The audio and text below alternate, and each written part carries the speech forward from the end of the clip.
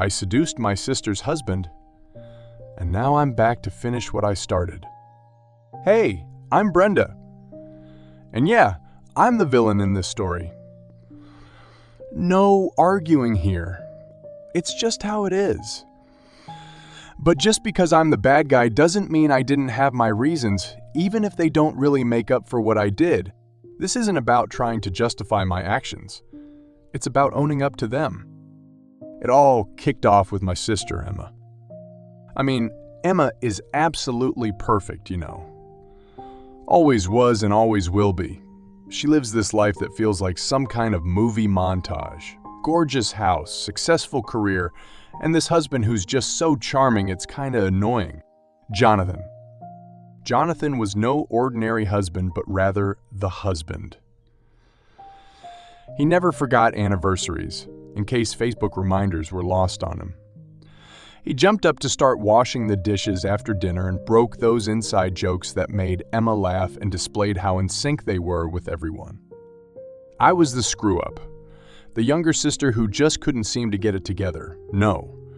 3 failed relationships, a pile of overdue credit card bills, and a life that felt more like treading water than actually moving ahead. I totally envied Emma. But honestly, more than anything, I envied how effortlessly she seemed to have everything I'd ever wanted. It all kicked off last Thanksgiving. So Emma and Jonathan had their normal get. Together, their place was really nice, with the autumn wreaths adorning the doors and the delectable scent of rosemary turkey wafting around. I got stuck with salad duty. Guess they thought I couldn't handle anything more complex. Jonathan sat beside me at dinner. Emma flew around the room, replenishing glasses and peeking inside the oven. Jonathan leaned in to whisper, "That cranberry sauce you brought, amazing." I rolled my eyes. "It's just from a can." "Well, you can make even canned sauce seem special," he winked. It was such a small thing, but it really imprinted on me. A whole night, I could tell he kept looking over at me, and every time our eyes met, I felt seen. I didn't even make it through Thanksgiving without thinking about him. It wasn't just the way he looked at me. It was the way he made me feel.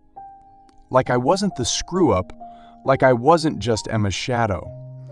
Then I saw the Instagram comment. Jonathan posted a pic of Daisy, their golden retriever, rockin' reindeer antlers. I commented, "Cutest pup ever."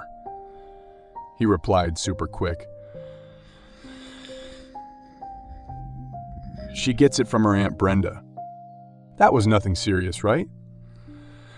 Just some fun little back and forth. But it wasn't. Later that night, I shot him a private message. "Hope Emma knows how lucky she is."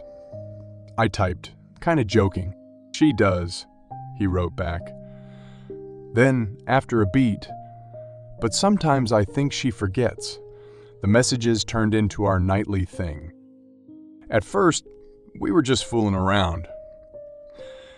He complained about work, and I teased him about his perfect life. But then things began to grow a little more serious. She doesn't really see me anymore. He mentioned that one night.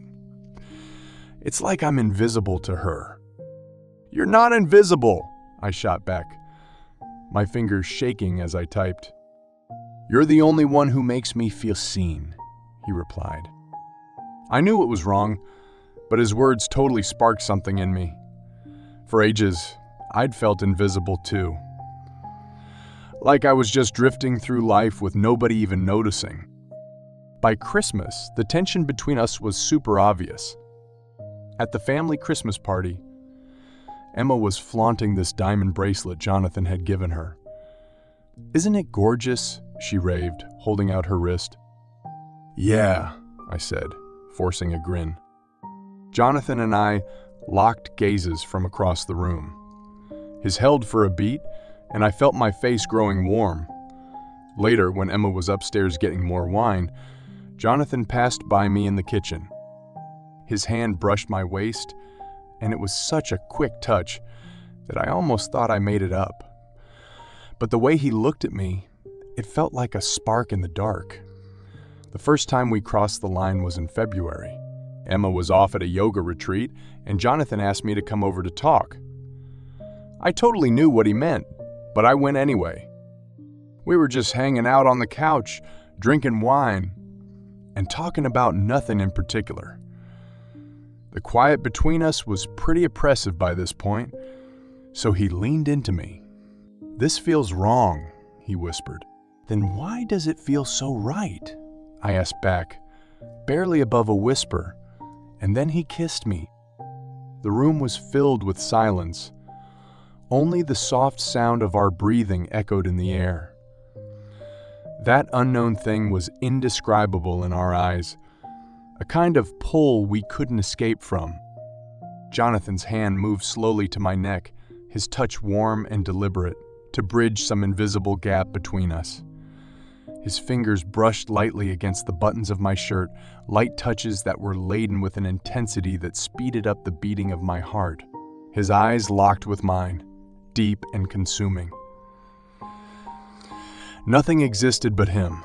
This is what we've been searching for," he murmured, his voice thick with emotion. As the distance between us disappeared, every touch felt like a revelation, a step into a connection we'd never known before. Even the smallest gestures seemed to carry a weight that neither of us could deny. He had this soft smile on his lips. "I feel like everything is in control right now." At that moment, it seriously felt like time just stopped. It was just him and me in our own little world, something I'd only dreamed about before, but now here we were in real life together.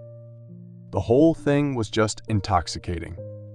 Jonathan made me feel so alive that it was as if, for a moment, I truly was the hero of my own movie. We'd sneak around whenever we could. Hotel rooms, his car, even his place when Emma wasn't home, hooking up, and all that. But man, the guilt was just crushing. Every time Emma called me or when she posted a pic of them looking all happy together, I felt like I was totally drowning. She said one night, sounding really suspicious, "I think Jonathan is hiding something." My heart skipped a beat. "Why do you think that?" "He's been kinda distant lately," she said. "And I don't know. Something just feels off. I should have come clean right then and there. Instead, I planted a seed." "What's up with Sandra?" I asked, referring to Jonathan's assistant. "I mean, I can tell they seem affiliated." Emma narrowed her eyes. "You think?" "I don't know," I told her, playing dumb, "but perhaps it is best we pay attention to it more." Emma totally took the bait. In just a few days, she was watching every little thing Jonathan did with Sandra. She even called him out, saying that he was having an affair with Sandra. Jonathan was so angry. "What the hell are you doing?" he asked when we finally met up. "Protecting us," I replied, feeling slightly lame. "There is no us, Brenda," he snapped back at me. "This was a mistake." And just like that, it was over. It was just too much to watch Jonathan and Emma fix their marriage. They began therapy and posted pictures of themselves smiling together on Instagram, looking like the perfect couple. Meanwhile, nothing was left for me but regret and a gnawing emptiness. It was at a summer barbecue when Emma announced that she and Jonathan were renewing their vows. Everyone clapped and cheered, and I forced a smile thinking I wasn't breaking inside. Jonathan locked eyes with me across the lawn, and this little, pathetic smile emerged on my face. It felt like I was saying goodbye. After the barbecue, I began to fade away. I stopped taking Emma's calls and ceased my hangouts at their house. But she wouldn't let me go that easily. "Are you okay?" she asked in one of our last phone calls. You've been so distant lately." "I'm fine." I totally lied. "Brenda," she said, sounding kind of uncertain, "if something's going on, you can tell me anything." I felt like screaming and letting everything hang out. Instead, I said simply, "I just have a lot of work to do. That's it." A few months later, I packed up and moved to a new city. I lied to everybody that it was a job opportunity, but really needed to get out. Had to clear my head in a different place than where Emma and Jonathan were. Emma called me once after I left. "I miss you," she said. "Life is not the same without you." "I miss you too," was all I could say, my voice kinda cracking. But I didn't go see them. Months turned into a year. I drifted into this new life in the city.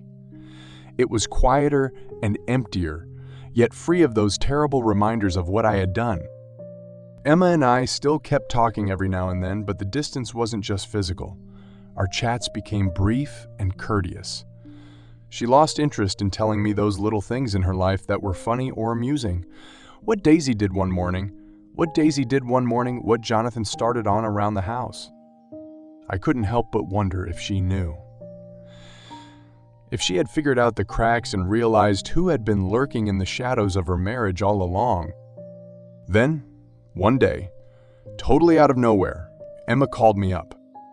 "Brenda," she said, sounding way steadier than I thought she would, "I'm coming to visit you." I was like, "Wait, what? Why? Why?" "Man, it's been ages," she said. "We've got to catch up. Plus, I want to see where you're living now." I felt a wave of panic rise in my chest, but I couldn't really say no. She's my sister, and maybe part of me thought this was my shot to finally tell her the truth. She arrived on a sunny Friday afternoon, her hair as immaculate as always, wearing a starched blouse and jeans that probably ran more than my entire wardrobe. She hugged me hard enough to take my breath away, and for a second, I forgot about everything that hung over us. "Wow," she said, looking around my tiny apartment. "It's cozy." "Yeah," I said, trying to laugh it off. "Not really like your place." She brushed it aside. "It's totally perfect for you." But the way she was looking at me, it felt like she was trying to find something. We dined out that evening, and Emma was weirdly silent. Normally, she would talk about work or Daisy or Jonathan to break the silence. But this time around, she was merely sipping her wine, occasionally looking at me. I could no longer hold on. "Emma, what is it? What do you really want?" She put down her glass, her lips compressing into a tight line. "I had to see you," she said. "You've been terrifically evasive lately, and I need to ask you something." My stomach fell. "What's up?" She hesitated, her fingers folding over the edge of her napkin and unfolding. "Did something go down between you and Jonathan?" It slammed into me like a gut punch. "What?" I stammered out, my voice all shaky. "Don't play dumb, Brenda," she snapped back, her tone getting way sharper. "I'm not an idiot.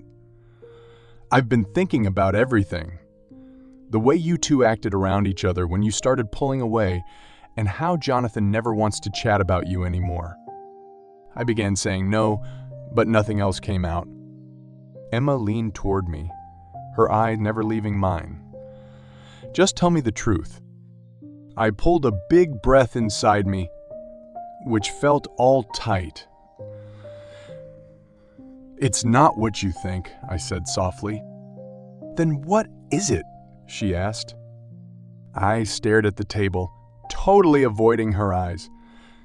"And I just couldn't say that I was sleeping with your husband, that I was making love and hooking up with him behind your back, so I figured I'd just lie and keep it to a little kiss and some making out. We kissed.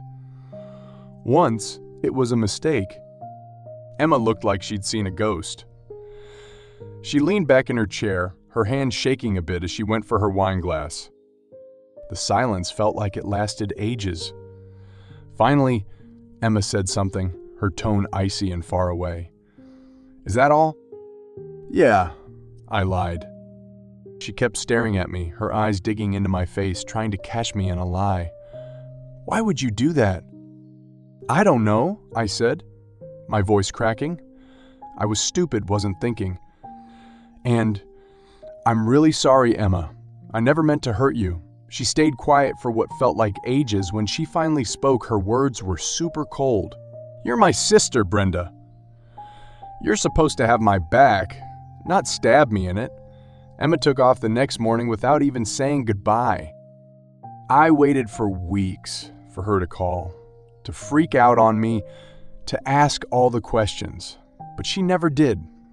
Then, a month later, I got a text from our mom. "Emma's been super quiet lately," she said. "Do you know what's up?" "No idea," I totally lied. "The last time I saw Emma was at Christmas."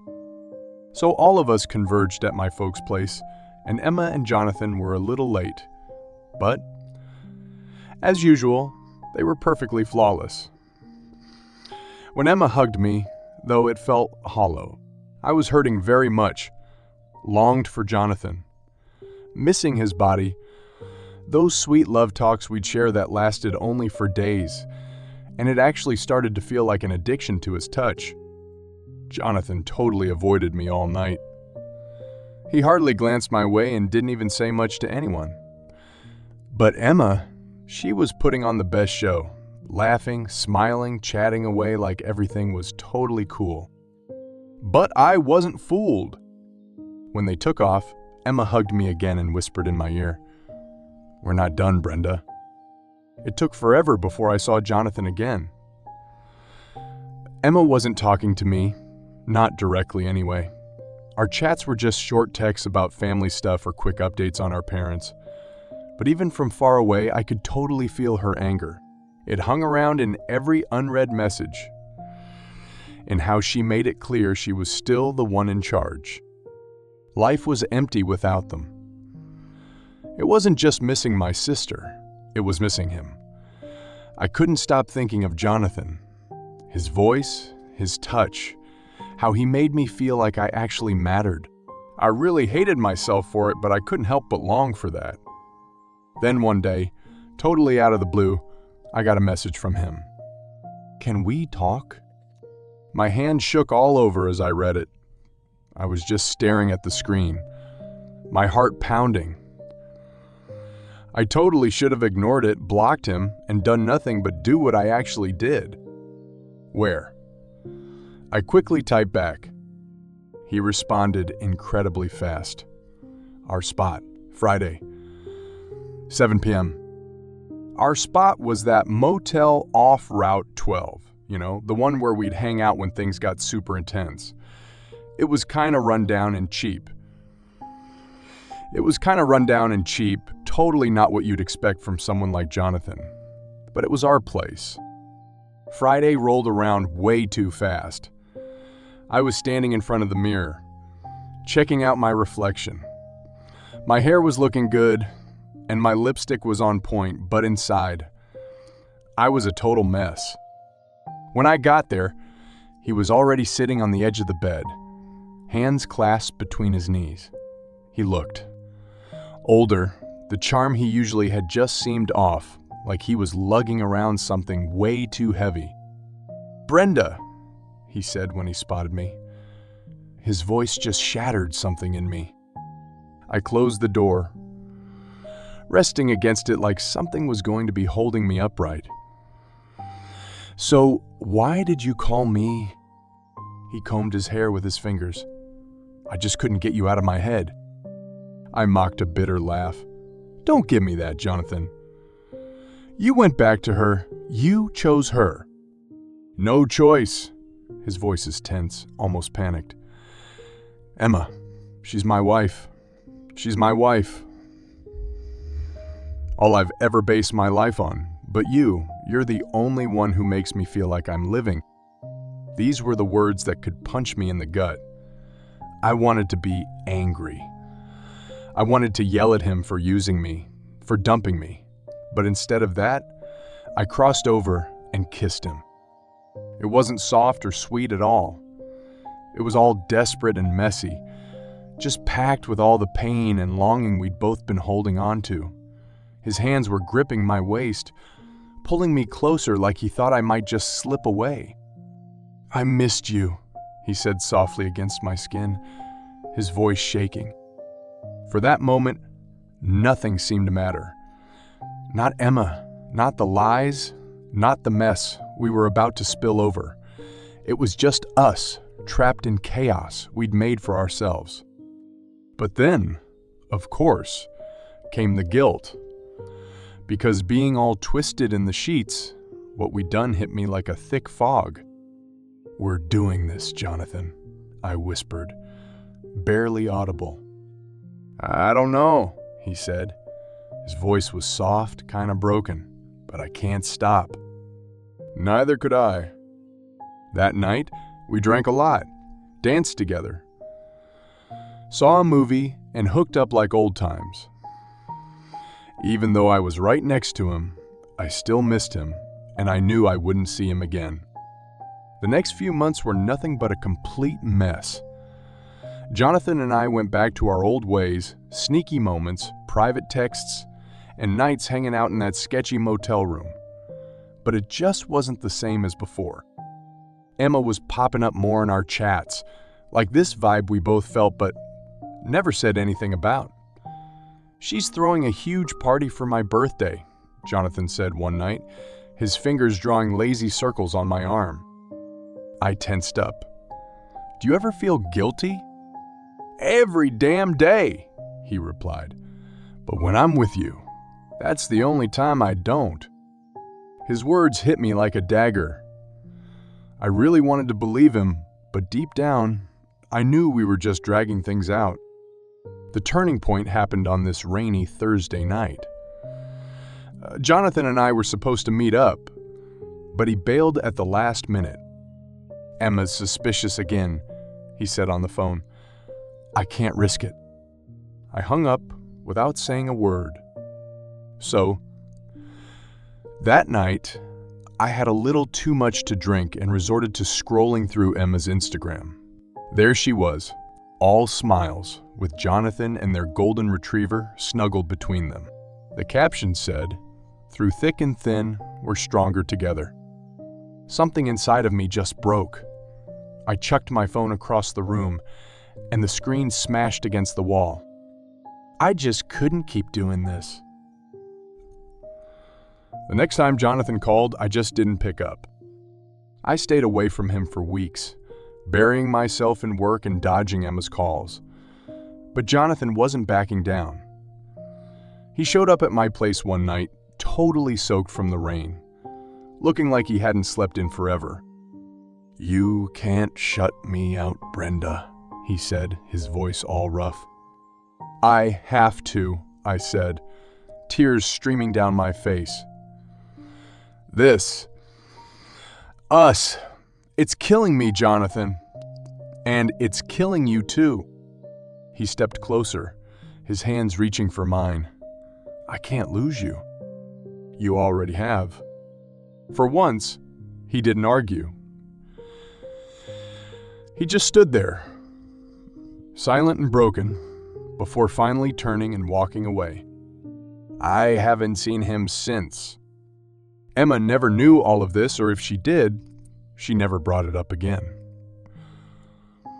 Our relationship is but a shadow of what it used to be, but we still send each other a chat sometimes as if everything's cool. Sometimes late at night, I wonder about Jonathan. Does he ever think about me? Does he ever regret the decisions we made? I just hope that someday I will forgive myself for who I turned into. To be continued.